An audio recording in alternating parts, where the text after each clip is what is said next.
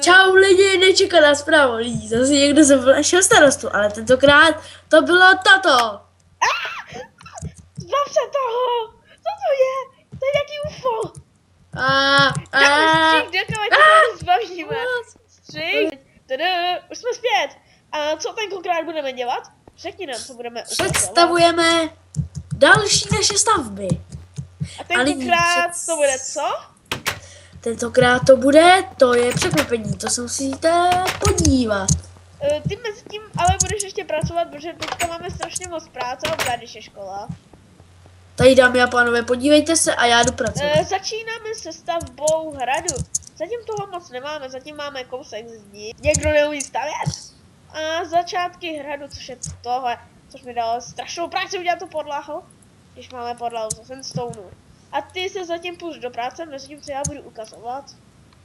Jinak začnu celý od znova, trochu jsme vylepšili Holycorm, to, že někdo dal na ty písmena obrazy. Jako není to zrovna takhle špatně, ale pořád to není. No, ale jde to. Další věc, která tu je, jsou tyto lampy. Můžeš dát noc? Jo. Vidíte, tak jsou zasnutý. A teď se podívejte. Ještě jsem neviděl. Jsou zapnutý. Neřekl jsem náhodou předtím zapnutý. Jo, řekl. To předtím, co jsem řekl, mělo být vypnutý, ale to je jedno. To vám může být úplně fuk. Jinak... Ten barák... Jinak, co se nám tady stalo? Tady bude věž. Tady také, jak vidíte, zdí. Hele, a nezapomeň zdůraznit, kdo stavěl ty lampy a kdo je vymyslel. Ty. Aspoň něco si dělal.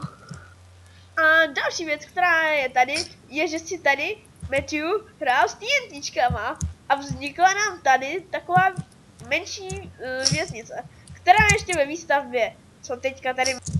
Ano. A dále tu máme věznici. Jako a jestli barák. chcete vědět, jak se tato super lampa staví, tak dejte like, jestli chcete, tak odběr.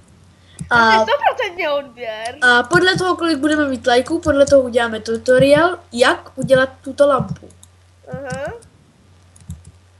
Pardon, že to máme ještě tady všechno ve výstavbě, protože vůbec nestíháme, viď? Ano, kdyby nebyla škola, tak už to máme dávno. Víte co? Jasný. Víte co? Jestli chcete, aby jsme natáčeli další videa, tak okamžitě zastavte školu. To jo. Tak jo, asi pro dnešek rozloučím, bylo to zase krásné video, tentokrát jsme skoro vůbec nic neukázali, ale no, máme tady takový práce, máme toho tak hodně, asi tam tak málo. Počkat, máme skončit ve studiu. No jo, tak dáme střih a uvidíme. Teď jsme zpátky u počasí. Jaký bude počasí? Takže zítra bude pršet. Pak bude velký horko a pak bude dokonce i sněžit. Pojď. Zima. Jdu se vykopat do záchoda, protože mi je zima.